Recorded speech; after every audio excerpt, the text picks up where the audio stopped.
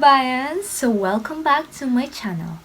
Nagbabalik ang inyong binibini mula sa Northern Luzon, Jeromae, Vallejo.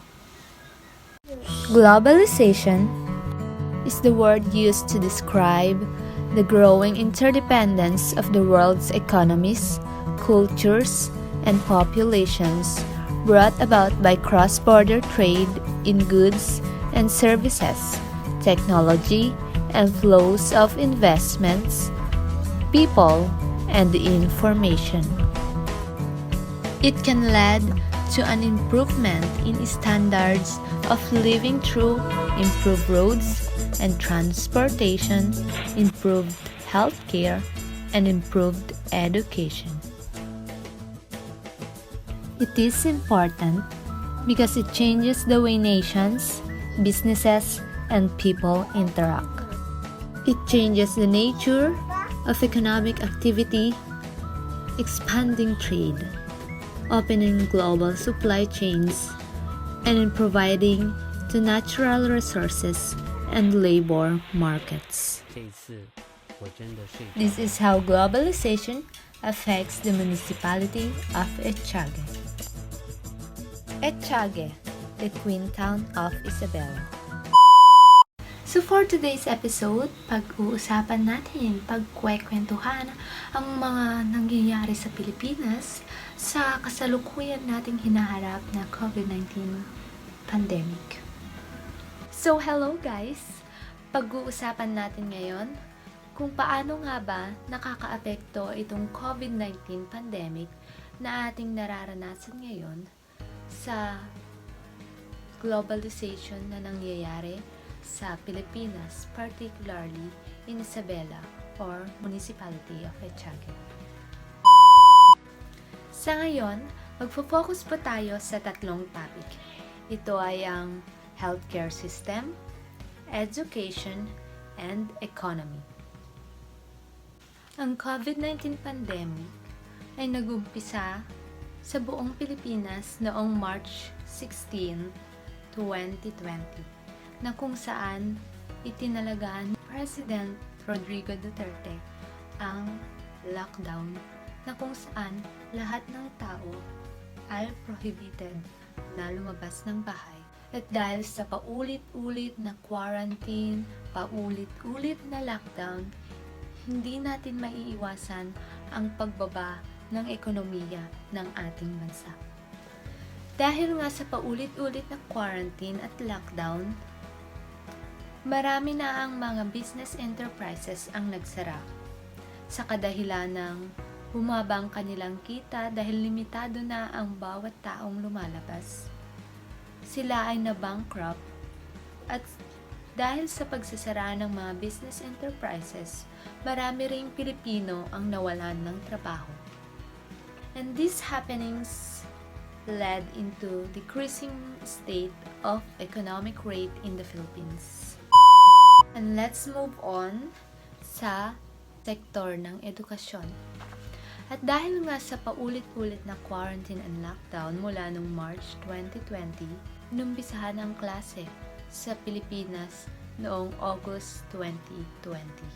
Gawa na lahat ng tao ay nasa bahay lang, lahat ng estudyante ay nasa bahay lang, lahat ng mag-aaral ay nasa bahay lang, at lahat ng mga guro ay nasa bahay lang, they are implemented the online learning or online classes na kung saan gagamitin natin ang ating mga electronic devices para patuloy tayong maging konektado sa ating mga guro o sa ating mga pupils or students. Dahil nga sa pangangailangan natin ng electronic devices and internet connection, marami ring mga Pilipino ang hindi afford na bumili at magkaroon ng budget para sa mga ito. Dahil doon ay bumaba ang enrollees noong taong 2020. An SWS survey suggests around 4.4 million school-age Filipinos were not enrolled in school in late 2020 as learning shifted to the modular mode. 100% of expected students, 87% were just enrolled and 13% were not enrolled. Ito ang naging dahilan kung bakit bumaba ang number of enrollees noong taong 2020.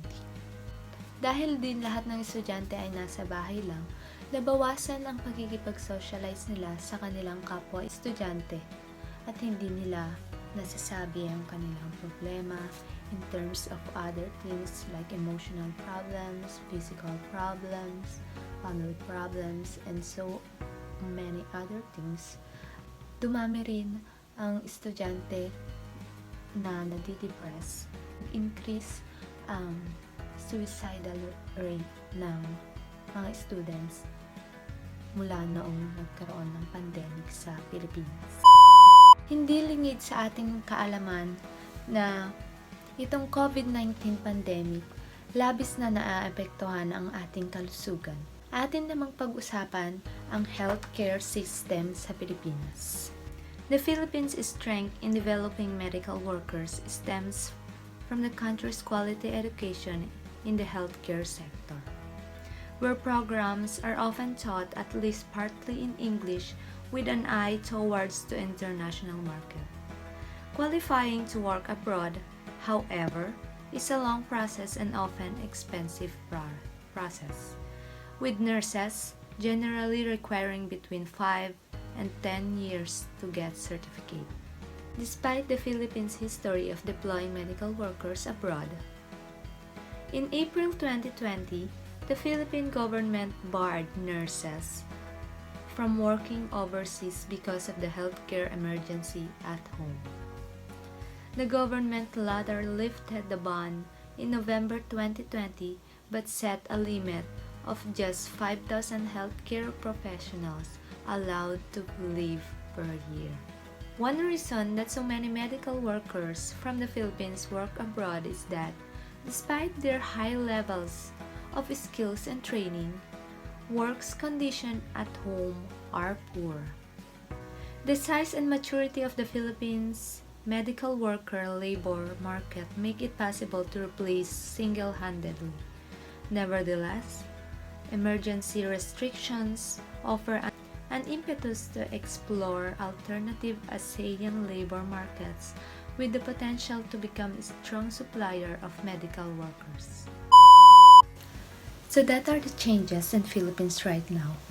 Hindi po natin may pagkakaila na this certain situation has a great impact in Philippine economy, in healthcare system, and education sector, which deliberated na malaki rin yung naging epekto nito sa ating globalization.